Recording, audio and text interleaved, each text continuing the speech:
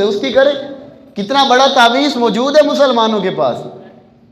اچھا سورہ فاتحہ کے بارے میں بالخصوص فرمایا گیا، انتہائی مختصر چھوٹی سی صورت ہے، اگر کوئی صحیح تلفظ کے ساتھ بھی پڑھے تو 2 3 4 منٹ لگ جائیں گے، بس 4 سے 5 منٹ میں سورت پڑھی جائے گی. فرمایا جس گھر کے اندر سورہ واقعہ کی رات کو تلاوت کی جاتی ہے کبھی فاقہ نہیں آئے گا. بے روزگاری کی شکایت اور طرح طرح کے مسائل، قرآن کی تلاوت پوچھا جائے گا تو کیا کرتے ہیں؟ نہیں. کھولتے ہیں؟ نہیں. پڑھنا صحیح آتا ہے؟ وہ بھی نہیں.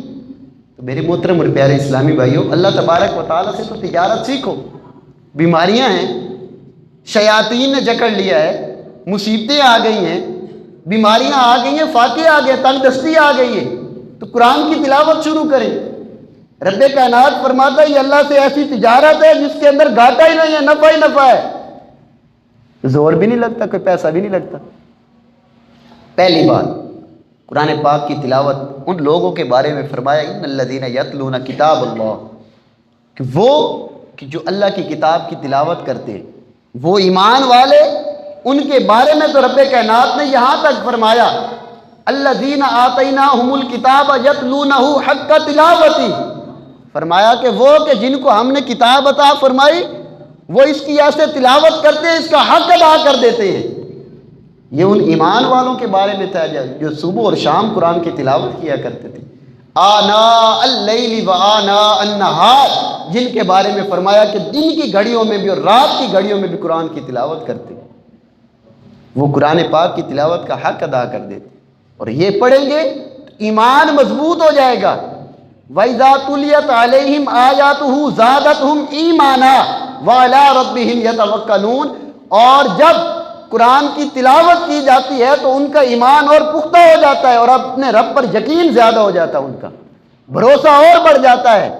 ایمان کے اندر اگر کہیں کمزوری آ رہی ہے تو اگر قرآن کی تلاوت کریں گے تو وہ اور پختہ ہو جائے گا. زادتہم ایمانا، قرآن کی آیات یہ ایمان کو اور پختہ کر دیتی ہے، مضبوط کر دیتی ہے اور اپنے رب پر توکل اور بھروسے کو بڑھا دیتی.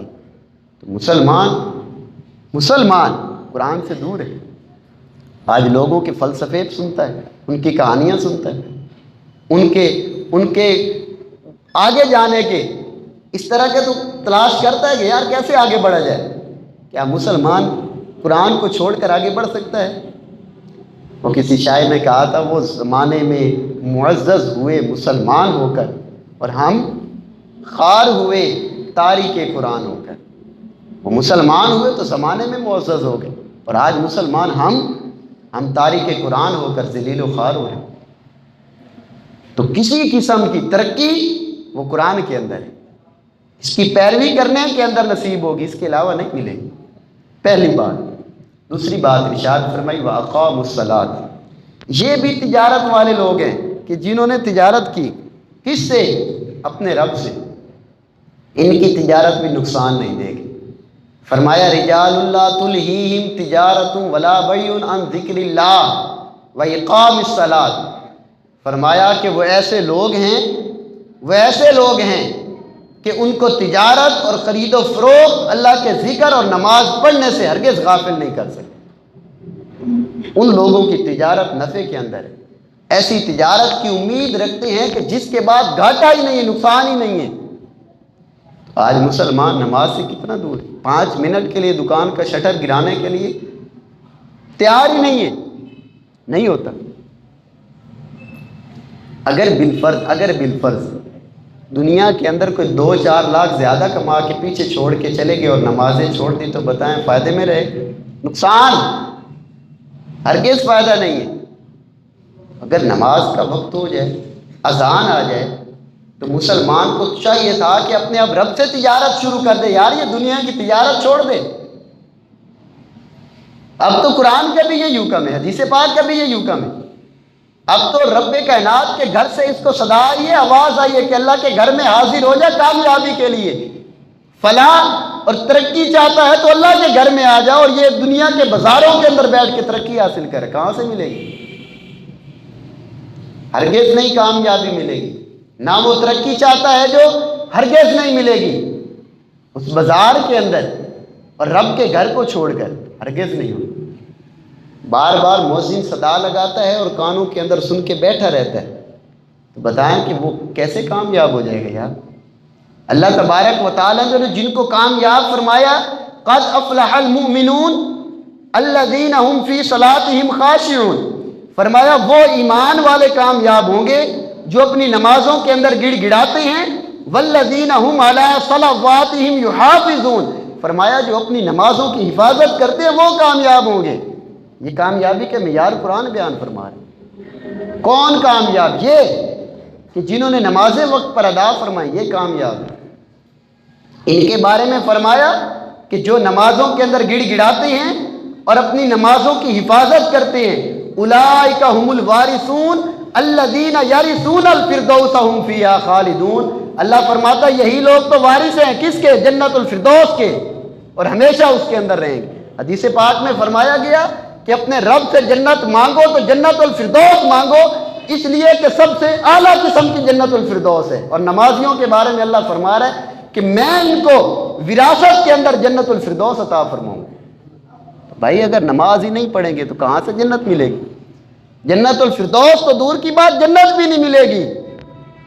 جہنم کے نچلے طبقات کے اندر جائیں گے وہ کہ جو نمازیں چھوڑتے ہیں۔ قرآن فرماتا ہے فویل للمصلین، فرمایا کہ ان کے لیے ہلاکت ہے جو نمازوں کو بھلا کے بیٹھے ہوئے ہیں، وقت گزار کے پڑھتے ہیں یا نمازیں چھوڑ دیتے ہیں، ان کے لیے تو بربادی بیان کی گئی۔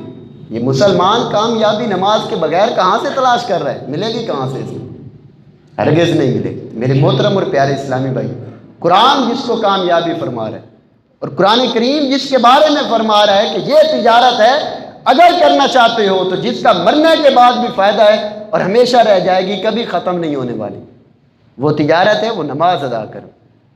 سورہ فاطر کی جو میں نے آیت کریمہ آپ کو سنا، ان الذین یتلون کتاب اللہ، اللہ کی کتاب کی تلاوت کرتے ہیں، دوسرے نماز پڑھتے ہیں، تیسری تجارت جو اس کے اندر فرمائی گئی وَأَنفَقُوا مِمَّا رَزَقْنَاهُمْ، فرمایا کہ جو ہم نے رزق عطا کیا ہے لوگوں کے سامنے اور چھپ کر یہ اللہ کی راہ میں خرچ کرتے ہیں۔ وہ جو حدیث پاک کے اندر فرمایا گیا کہ جن کو کل بروز قیامت اللہ کے عرش کا سایہ ملے گا، اس کے اندر دو وہ بندے بھی ہیں، ایک وہ کہ جس کا دل مسجد کے اندر لگا رہتا ہے، جوانی کے اندر ہے، مسجد سے جاتا ہے، پھر اس کے تصور اور خیالات میں ہوتا ہے کہ رب کے گھر سے بلاوا آئے گا پھر حاضر ہو جاؤں گا، اس کو فرمایا کہ کل بروز قیامت اللہ کے عرش کا سایہ نصیب ہو۔ یہ اور دوسرا وہ حدیث پاک میں فرمایا کہ جس کے دائیں ہاتھ نے اللہ کی راہ میں خرچ کیا اور بائیں ہاتھ کو خبر تک نہ ہوئی، اس کے بارے میں بھی فرمایا۔ یہ بھی اللہ سے تجارت کرنے والے، ایسی تجارت کرنے والے جس کے اندر گھاٹا نہیں۔ اس کی مثالیں تو قرآن نے کئی بیان فرمائی۔ اللہ تبارک و تعالیٰ نے ایک مقام پہ ارشاد فرمایا کہ وہ کہ جو اللہ کی راہ میں خرچ کرتے ہیں ان کی مثال تو اس ایک گندم کے دانے کی طرح ہے، کمثل حبۃ انبتت سبع سنابل فی کل سنبلۃ مئۃ حبۃ، فرمایا کہ وہ ایک دانہ گندم کا جس کو زمین کے اندر اگا کے آیا، بو کے آیا، 7 بالیاں 7 سنابل اس نے نکالی، فی کل سنبلۃ مئۃ حبۃ، ہر ایک بالی کے اندر 100 دانے ہیں، ایک کے بدلے میں اللہ 700 عطا فرمائے گا اس کو۔ یہ وہ ہیں کہ جو اللہ سے تجارت کرتے ہیں، دنیا میں صرف اکٹھا کرنے کے لیے تو نہیں نہ ہے، اللہ کی راہ میں خرچ بھی کرنے۔ امتحان کی گھڑیاں بھی تو ہوں گی نا، ان تبدوا الصدقات فنعما ہی وَإِن تُخْفُوهَا وَتُؤْتُوهَا الْفُقَرَاءَ فَهُوَ خَيْرٌ لَكُمْ، دونوں باتیں بیان فرمائی اس آیت کریمہ کے اندر بھی، ظاہر کر کے فرمایا کہ اگر تم اللہ کی راہ میں خرچ کرتے ہو، لوگوں کو دکھا کے کرتے ہو، اچھی نیت کے ساتھ کرتے ہو تو یہ بھی بڑا اچھا ہے، فنعما ہی، قرآن کا فیصلہ ہے۔ اور اگر چھپ کر فقراء کو دیتے ہو تو یہ اس سے بھی بہتر ہے۔ تو دونوں باتیں، چھپا کے بھی دو، ظاہر کر کے بھی دو، اس کے بارے میں حدیث پاک میں بھی اور قرآن پاک میں بھی فرمایا۔ یہ تجارت ہے، اور اللہ تبارک و تعالیٰ نے فرمایا کہ یضاعف لمن یشاء، یہ 700 تو کیا، جس کے لیے اللہ چاہے گا اس سے بھی بڑھا دے گا اور زیادہ عطا فرمائے گا۔ خرچ تو کریں، اللہ نے جن کو دیا ہے وہ سانپ تو بن کے نہ بیٹھ جائیں، اس میں سے کچھ بھی نہیں نکالنا، کوڑی بھی نہیں نکالنی، ساری اتنی اکٹھی کر کے جانی، بعد میں لڑائیاں شروع ہو جائیں، ایسا تو نہ ہو۔ یہ محبت ہوتی ہے کہ باپ نے اپنی اولاد کے سامنے کبھی زندگی میں خرچ ہی نہیں کیا، کسی کو دکھایا ہی نہیں، پتہ ہی نہیں ہے اولاد کو کہ خرچ بھی کیا جاتا ہے۔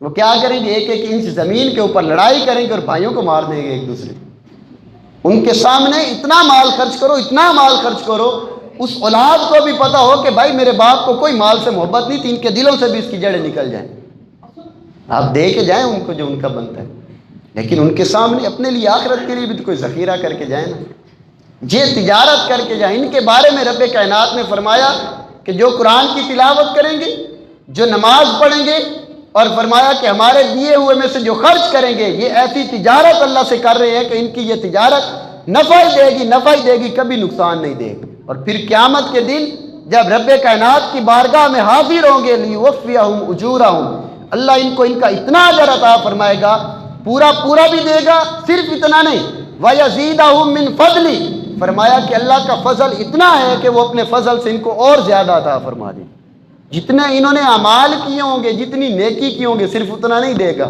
اس سے بھی بڑھ کے عطا فرمائے گا۔ یہ رب کی شان ہے۔ اس لیے دنیا کے اندر تجارت کرنا چاہتے ہیں تو نیکیوں کی تجارت اپنے رب سے کی جائے۔ اللہ ہم سب کو عمل کی توفیق